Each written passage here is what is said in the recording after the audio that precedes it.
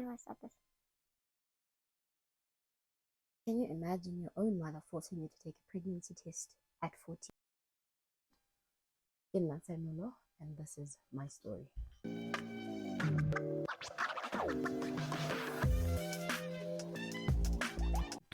Hi faves, welcome and welcome back to Thrive Out Loud. Thank you so much for tuning in. For starters, house rules. In here we subscribe, we like, we comment, and we tell a friend to bring some popcorn. So, once upon a time, two young people got together, did their things, and it resulted in a little bundle of joy. My mother was in her first year when she had me, and since I was born around September, I'll assume it was double pants down, and that was that. 3 months later, she returned back to school, and I was now under the care of my grandmother, who raised me until my early teenage years. In those years, well, my uncles and aunts were basically my brothers and sisters because that is all I knew. Whoever knew, but most people just assumed and most people just assumed that I was like the last born in that family, which is great, It was a very loving family. Everything was normal. Nothing seemed out of place. Everything seemed normal. Everything seemed normal. Nothing seemed out of place until the couple of times when my mom would visit occasionally, and there'd be a bit of a sour atmosphere going on. But obviously, as a child, you don't pry much. You don't really question much. Everything seems normal, and we move, right? So my mom would visit a couple of times. I'm assuming during school holidays or during like the long December holidays, because I wouldn't really see her a lot, right? So in those little times that she visited, what I noticed is that looking back, what I had noticed was that my mom was very detached. And in those times, I was obviously excited. My mom is back, Homanati. And I was an only child at that point. And my mom and I were the bestest of friends. Bestest of friends. I don't even want to lie. We were super best friends. Everything was great. Everything was lovely.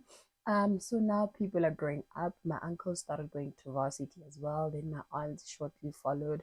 And when everyone was now in varsity, I was sent off to boarding school. No, I skipped a part. What part did I skip? Okay, then shortly before that, my grandmother got a working opportunity in the UK, and then whoop, she left. So we left under the care of my mom because by now she had completed her studies, and by now she was working. I think she was working like closer to home. So we were now under the care of my mom. Then my uncles went off to varsity, and then shortly after that, my aunt also went off to varsity, and I was shipped off to boarding school. I was now around the ages of I'd say 10, 11, somewhere there. And it's in situations like boarding school where you now get to see and confront the fact that your normal is not actually normal. When people's dads would come over the weekends to come visit them or take them off to town, when people would be brought by like both parents and they kiss them goodbye, or when general discussions come up and everyone is all about My daddy this, my daddy that. and you have no story to tell about your dad. So that was the first hint I had that, maybe there's a part of the story that is not storying. It's not really Harikopan, But anyway, life moved. Because up until that point, I'd assumed that my mom had never been ready to get into a topic or a discussion about my father, because up until that point, we had never, I don't recall a discussion ever coming up. I don't recall a sit down ever happening to say, this is who your daddy is, and this is what happened, and this is your story. None of that. So up until that point, I think I'd seen my dad maybe 3, 4 times in my whole entire life. He would come visit me at my grandmother's house, obviously when my mom was not around, and he would go. But I had never had a situation where I had both my parents together in the same space up until that point, right? So boarding school continues, it continues. I think I was in boarding school for 2 to 3 years or so. And towards the end of my boarding school, towards the end of my primary school, then there was a hostel weekend that we had. Basically, during month end, we would go home and we went shopping with my mother. And when we went shopping, then I realized that this woman is buying like large sized clothes, and just a bit of background. My mom has always been a gym bunny. I think that's the one thing I got from my mama. My mom has always been this fit lady. She's always been the fittest woman I knew that point. I knew then, right? So now she's buying these clothes, these jeans with the elastic bands, and girl is not understanding her what's happening, right? So that's when she kind of set me down and she was like, we're gonna have a baby, and by that point I had already met the man she was with at that time, right? Cool, gent, it's fine, no problem, do you, boo boo, right? And obviously I was excited because I was an only child for the longest of times, and it was something new, it was something exciting, it was great, you know. And okay, then I went back to school. Then the school I went to, right, they're very hands-on with the admin and finances and whatnot, right? So then it started to happen, Hori, whenever I would be writing tests, then they'd attach this pink slip that says I'm a non-payer. Basically, my school fees are owed, and it's stressful, it's embarrassing, and it's not a thing a child should ever have to endure for whatever reason. Because if you put your child in a school that you cannot particularly afford, then take the child out of the school. I mean, that's maths. That's just maths, you know. So, but my understanding is that the school wanted the fees paid by the 7th, and my mom was getting paid, I think, around the 15th. And so between the 7th and the 15th, that's when a lot of tests would be happening, and that's when those slips would be attached to my scripts to say, to my answer sheet to say, yeah, a non-payer, non-payer. It was already normal, like it's a thing we're all already used to in my class to say whenever we're writing the test and we see Meniere coming with those pink slips, he is literally going to clip it on my script, and that is that. So the downside to that is whenever marks are given out, whenever awards are handed out, whenever like merits are given as a result of good performance, they don't consider yours because you are a non-payer. So they withhold your marks, they withhold anything that has to do with your performance at school. You're literally just at school doing your thing, and you don't know what's what, right? And not to blow my own horn, but I wasn't one of the dumb ones. I was like up there. So it was quite disheartening to receive like badge that a top 10 badge at school, and top 10 or top 5? Top 10. Yeah, something like that. So we were awarded like these top 5 badges to say you're one of the top 5 learners in this grade. And but now you're not gonna receive awards because we're withholding your marks. So you're given those by your teachers, but obviously they're not allowed to take it further and give you like the departmental awards and stuff, which was a bummer. But anyway, life moves. Okay. So end of my grade 7, end of my 7th grade, then my baby brother was born, and it was happy. It is great, Noholamanat, right? But obviously from the time when the okay, I skipped parts. From the time when the pink slips were being attached to my thingy, when they first attached it to my script, I called my mom because obviously this is a new thing. I'm shocked, I am sad, I'm hurt. Kids catch feelings over everything, right? And I don't know what the purpose of the call was. Maybe I just wanted to be comforted. I just wanted to know that, my mom will sort it out, that it's all good, it'll be great. But my call was received with such a cold energy. She told me about how it's none of my business what happens. The finances in the house are none of my business. I should just focus on school because she sent me there to school to study and nothing more. And obviously, that was a bummer. I was even more hurt because that's not the mom I knew. That was not the her I knew. That was not the way things were running. I am on top of the dog. Because if I can't run to my mother, then who will I run to? So looking back, I feel like that was the first clue that, things were kind of falling apart between my mom and I. But obviously, as a child, you get sad, you get over it, and things continue as normal. But I never really got over it. I never really got over that ordeal, right? Then in the months following that, remember I was in boarding school, and when a child is going to boarding school, you send them with all their clothes they'll be using for the month, all their food, all the snacks, and as much as there was like a dining hall at school where we would eat our breakfast, our lunch, like our young supper there. But things to eat in between, things that you could have in between, because boarding school is the pit, hey? Boarding school, you'll starve for no apparent reason. So then it got to a point where my mom would now send me to school without food, like without food, without money, without anything.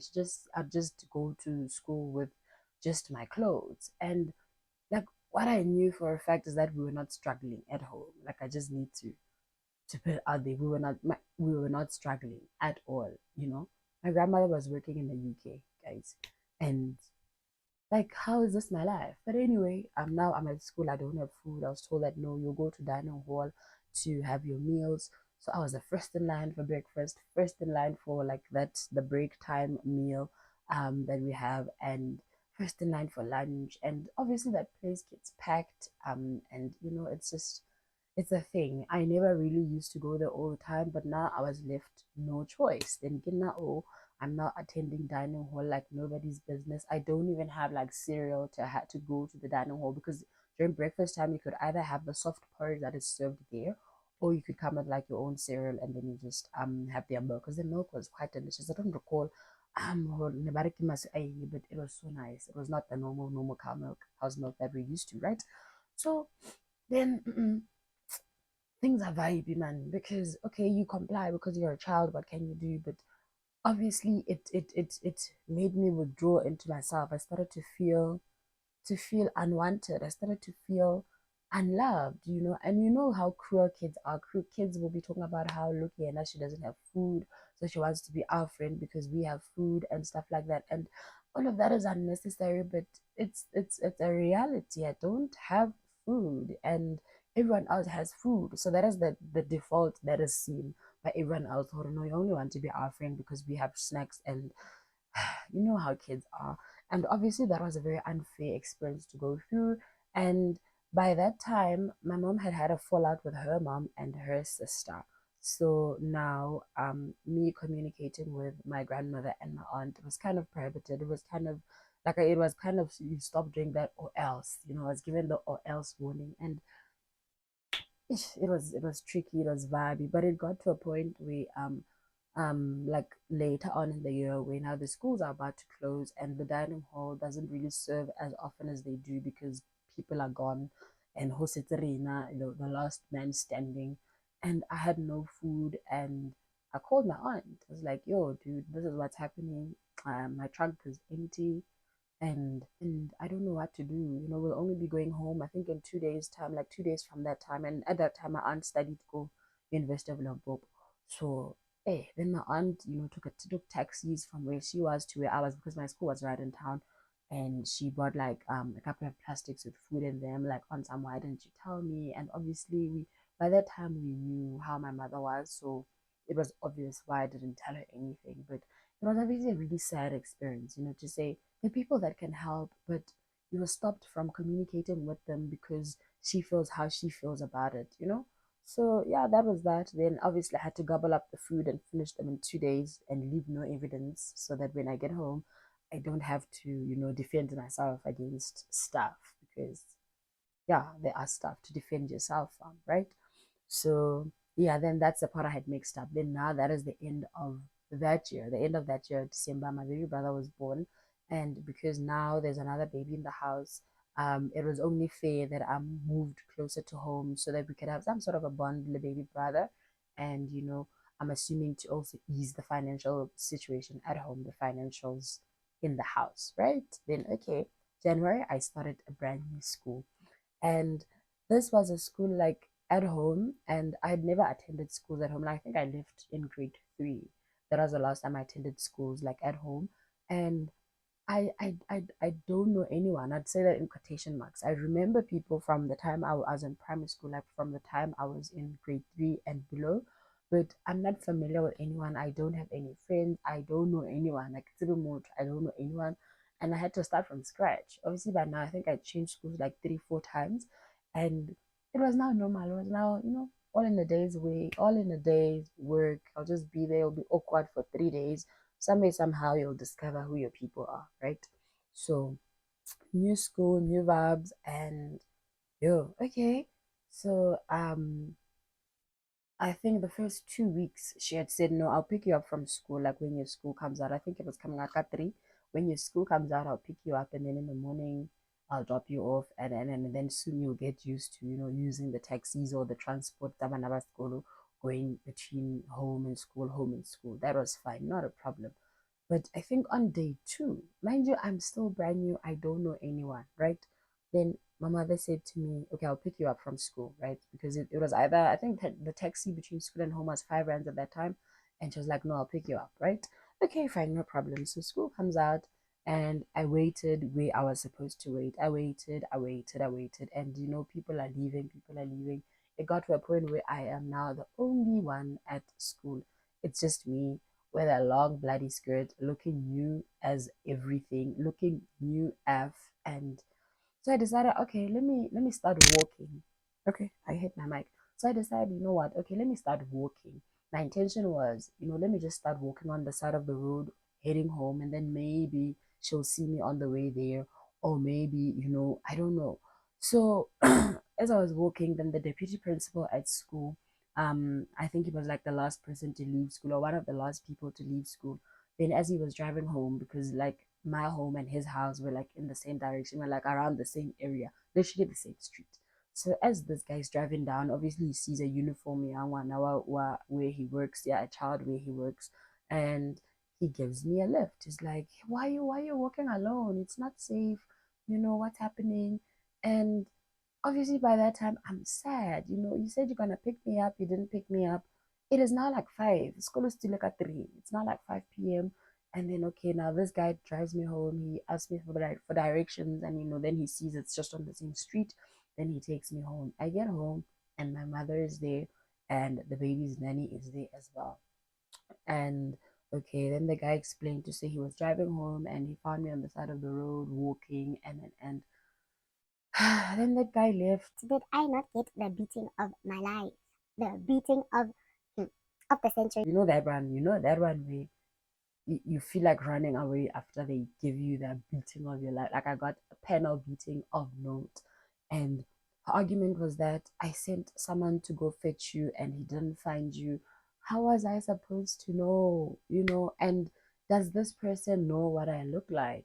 Does this person know where to look for me? Does this person even know my name? Because if I'm standing where you told me to stand, and you sent a person to come pick me up where you told me to wait for you, and this person doesn't find me, is it really my fault as a child? I mean, let's just be honest, right? But obviously at that point, I was now a very withdrawn person, also as a result of how boarding school treated me. I was now withdrawn. I was a very quiet person. I was a person who wouldn't really voice out much, and I'll just take stuff as they came. So she beat me up, and I remember she poured like a glass of water in my face before she started kicking me to the ground, and like she beat me. And at the end of that, she's beating me, swearing at me, calling me all sorts of names, and I still couldn't understand what I did wrong. You told me you'll pick me up, you didn't pick me up, and I decided to walk home. I'm even helping you. Decided to walk home. Why? Why? Anyway, then yeah. So that confirmed again that my mother is not my mother anymore. My mother is gone. Hey, because I didn't think that was a reason to get a beating. If maybe you told me I'll pick you up here, and I decided to go wherever I wanted to go in your time, and you didn't find me yourself. I get that. I understand if maybe I was still playing on the other side of the school when you came and you couldn't find me. I get that. But nothing was said, and mind you, I already had a phone at that point. No one called me, no one said anything. No one did. She didn't like call to say, look out for a blue car, Malumi Mamang will come pick you up, or look out for a white car, Mamang. There was no communication, there was nothing. So okay, then I went to school the next day. Obviously, the body hurts, everything is painful, my heart is sore. And she's like, I'll pick you up. I'm like, nope, that one, we're not doing that. I'd rather ask my grandmother to fund my taxi travels, because if I'm gonna get beaten every day because you don't have your ducks in a row, ma'am, I'm not doing this. And then that's how it came about that now I started using taxis, like to school, the normal, noisy transports that transport school kids between home and school. Then okay, time moves on. Mind you, this is grade 8. I'm now 13 turning 14, right? So as I'm getting used to the environment, I'm getting used to people at school, I'm getting used to people around the house, because what had happened is, like, I only started living there maybe 2 months before the end of the previous year, or a month before, something like that. But I had never lived there. She's the one who had lived there after she had a fallout with her mom and moved out of the house. But this whole time, my home was my grandmother's house. I was not familiar with this place, but obviously now I have to get familiar with it, right? So, my mom was the type of person where she was overprotective, like overly protective, unnecessarily protective. Like I was not allowed to go visit friends. I was not allowed to have friends over. I was not allowed to like take part in like youth kokiriking. I was not allowed to just do anything outside of school and home and babysitting my baby brother, right? Like the questions she would ask almost all the time if I wanted to do something, like maybe if I wanted to go to church choir practice on Saturday, like youth at church. And she'd say, "Why not And but it's not my child, but because you're a child, you don't ask questions. Our questions were never normalized, let me say so, in my mother's house. Questions were never a taboo. You get a beating of your life if you ask questions. So, but I'm assuming that's when she was catching up with life because before that, I guess she was, there was a bun in the oven, and then after that, the bun is out. Now you're catching up for the 9 months you lost. So a majority of the time, I'd be found with my baby brother all alone in the house. If the nanny went home, or if she was around during the week, then we'd be with her, right? And then I remember out of the limited places I was allowed to go to, going to buy bread was one of them. Like when I come back from school, I would come home, I would, bath the baby, feed the baby, do the garden, clean outside. This thing when you clean the garden and then you sweep outside, the yard must be clean and sparkly, and then you still have to cook, and then you still have to dish up for everyone, and then still have to do the dishes after everyone has eaten, and then you still have to do your homework, which was a bit of a thing, but I didn't see it as a thing then. I just thought everyone, it's normal, everyone does it. But what caught my attention was I had this friend of mine, she lived like 5 minutes from my house, and baby girl was free, man. Baby girl, she would come home, change, and go see friends. You'd hear about it the next day. The stories people are telling the next day. It's say, no, you, Mavani, this, you yesterday, 1, 2, 3, 1, 2, 3. And that's when I realized, so, oh, I'm actually missing out. But I wasn't really concerned. I wasn't really moved because remember, this is a new environment. So I'm not, you can't miss out on something you don't know. But obviously, it stung a bit to say, I feel left out. I feel like, life is happening and I'm not part of it. So, okay, on one such occasion when I went to buy bread, remember now I'm allowed to go to the shop, come back, go to the shop, come back, right? So I went to the shop, and while I'm there was these guys that hang around there, around our age group. They went to the other school that was like somewhere in the neighborhood, right? So they're like, hey, what's up? Normal teenage boy things, nothing dangerous, nothing unsafe, nothing out of the ordinary. Boys trying to talk to you. Nothing worrying. So Kimo, two of them were like, let's accompany you home. And I was like, nah, Kashap, I'll walk home, knowing my mom crazy, guys.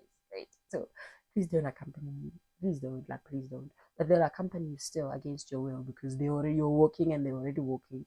So even if you say no, then at some point, okay, those guys turned back, right? But here is the problem.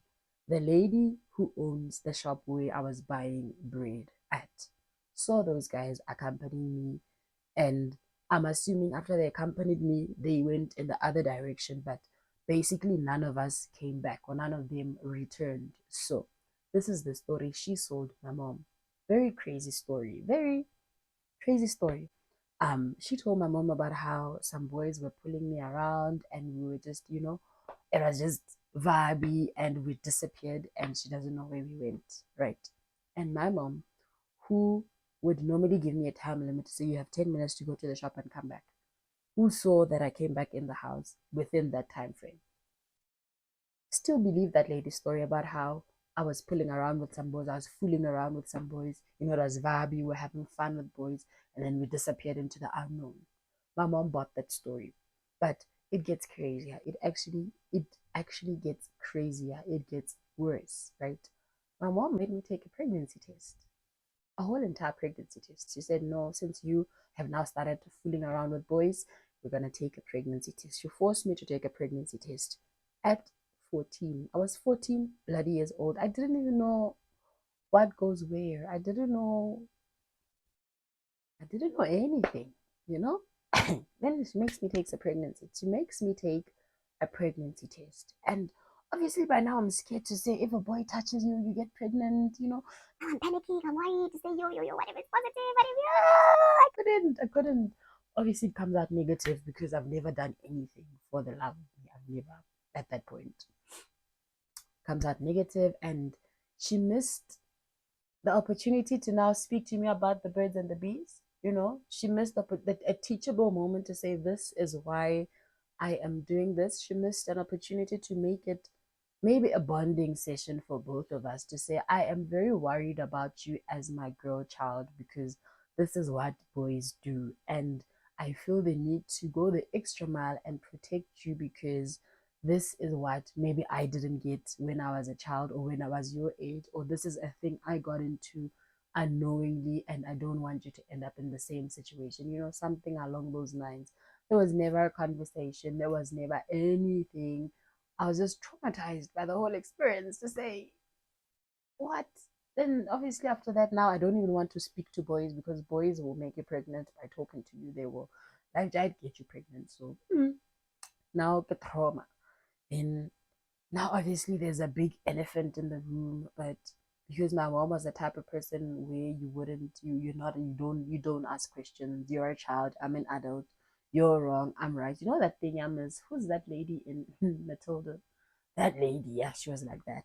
So where to from here? You know, I'm only 14 and